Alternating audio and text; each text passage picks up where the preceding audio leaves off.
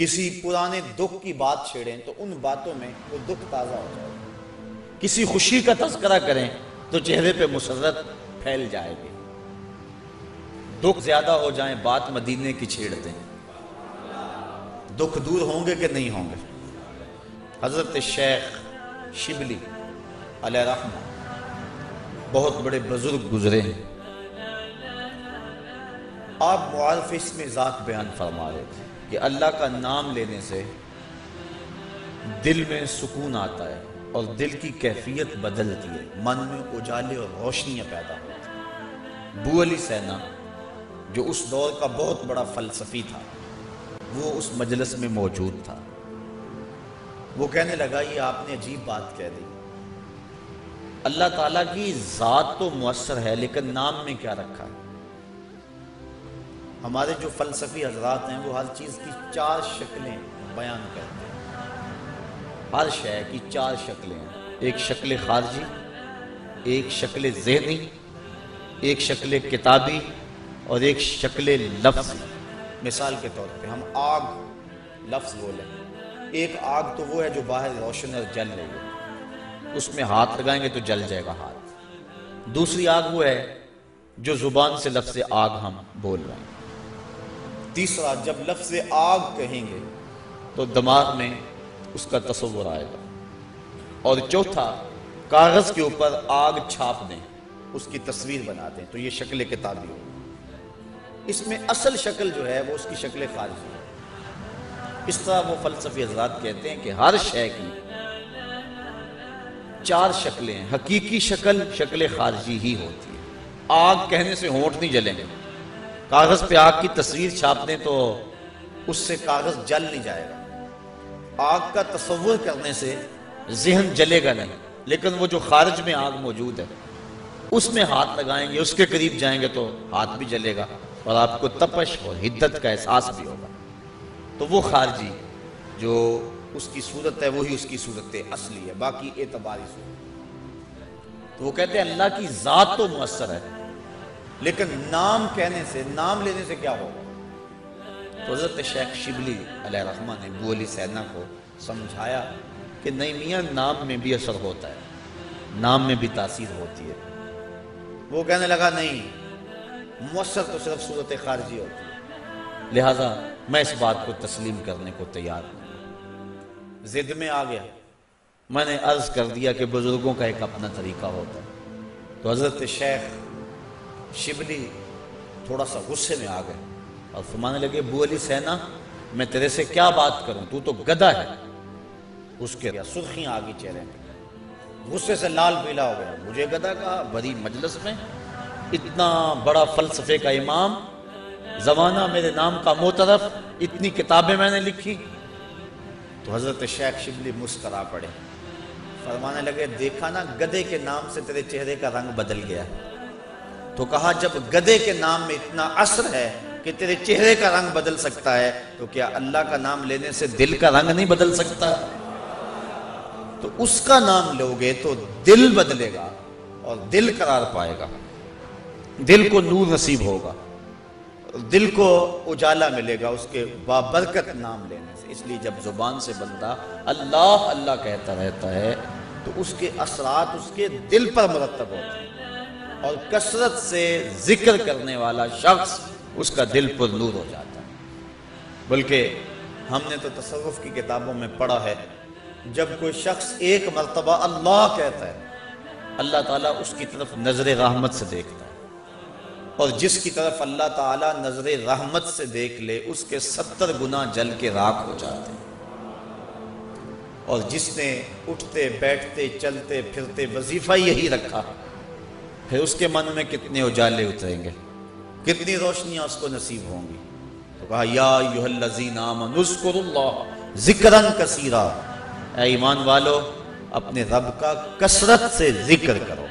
اور میرے اور آپ کے آقا و مولا حضور نبی رحمت صلی اللہ علیہ وآلہ وسلم نے ارشاد فرمایا، اللہ کا ذکر اس انداز سے کرو کہ لوگ تمہیں مجنون کہیں یہ تو پاگل ہو گیا۔ بلکہ ایک روایت امام طبرانی نے بیان فرمائی ہے کہ اللہ کا ذکر اس طرح کرو کہ منافق تمہیں تانا دیں کہ ریاکاری کر رہے ہو۔ اس انداز کے ساتھ تم اس کا ذکر کرو۔ میرے حضور قبلہ عالم فرماتے ہیں اٹھ دی بیندی ٹر دی پھر دی ستے آنتے جاگ دی نام جھپ دی رو تے کھپ دی ویخ سر اس راگ دی نام جھپیاں قرب ملدا نام دی کر پوری سام شیشے وچ کستوری جے کر پھر ضرورت کاغ دی۔ تیرے تو سب کچھ اندر ہی رکھا ہوا ہے، تو ذرا غور تو کر، تفکر تو کر، ذرا اس کو آواز تو دیکھ کے دیکھ۔ تیرے من سے آوازیں نہ آئیں تو کہنا اندر بوٹی مشک مچایا اتے جان پھلن تے آئی ہو۔ تو نے در در کیا جانا ہے، سب کچھ تو تیرے اندر رکھا ہوا ہے۔ وہ کہتے ہیں ایک سنیارا تھا بمبئی کا رہنے والا، یہاں ہمارے لاہور میں آ گیا، پرانے دور کی بات ہے۔ اس کے پاس بڑے قیمتی موتی تھے، اس نے کسی مجلس کے اندر اپنے موتی کھولے اور ایک موتی کہنے لگا یہ شب افروز ہے، رات کو چمکتا ہے۔ جب اس نے سامان سمیٹا اور اٹھ کے جانے لگا تو ایک چور بھی اس مجلس میں بیٹھا ہوا تھا، کہنے لگا حضرت کہاں کے ارادے ہیں؟ کہا بمبئی جا رہا ہوں۔ کہا حسن اتفاق، ارادے تھے میرے بھی بمبئی کے، چلو اکٹھے چلتے ہیں۔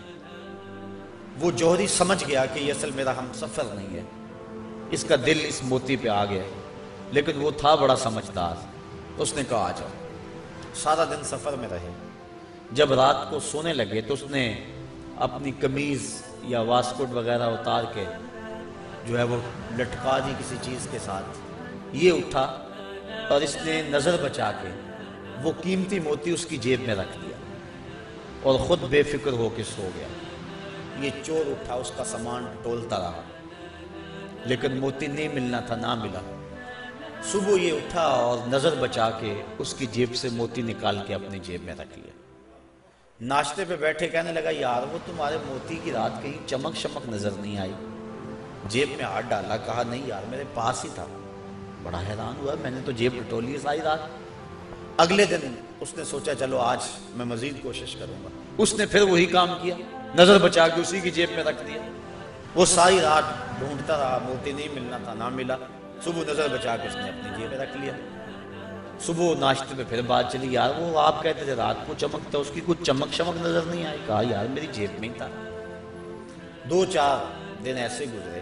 ایک دن اس نے عزم کر لیا کہ شاید وہ بغل میں رکھ لیتا ہے، منہ میں رکھ لیتا، کہاں رکھتا، آج تو اس کو میں بیدار بھی یہ ہو جائے تو میں پھر بھی یہ وہ موتی اس سے لے لینا۔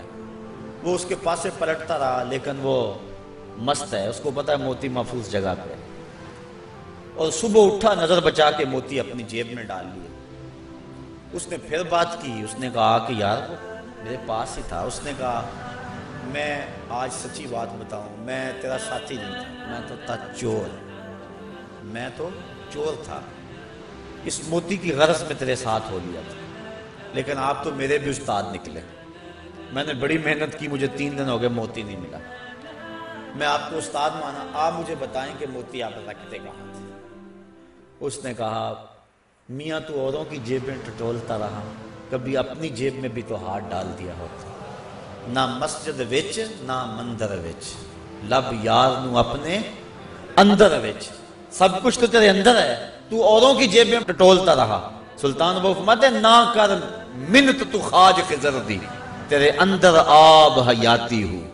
اور کبھی فرماتے ہیں وچے ہی بیڑے وچے ہی چیڑے وچے ہی ونج مہانے ہو، 14 طبق دلے دے اندر تمبو وانگو تانے ہو، سب کچھ تو تیرے اندر ہے۔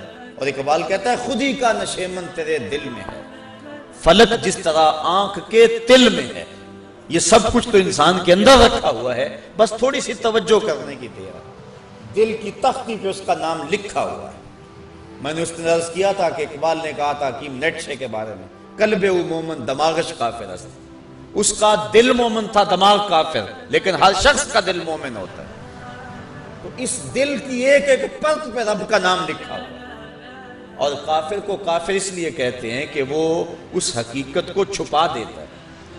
یہ جو کاشتکار زمین کو کھود کر اس کے اندر بیج رکھتا ہے نا، اس کو بھی عربی میں کافر کہتے ہیں، کاشتکار کو بیج کو چھپانے والا۔ تو کافر کو کافر اس لیے کہتے ہیں کہ وہ حق کو چھپاتا ہے۔ تو ہمارے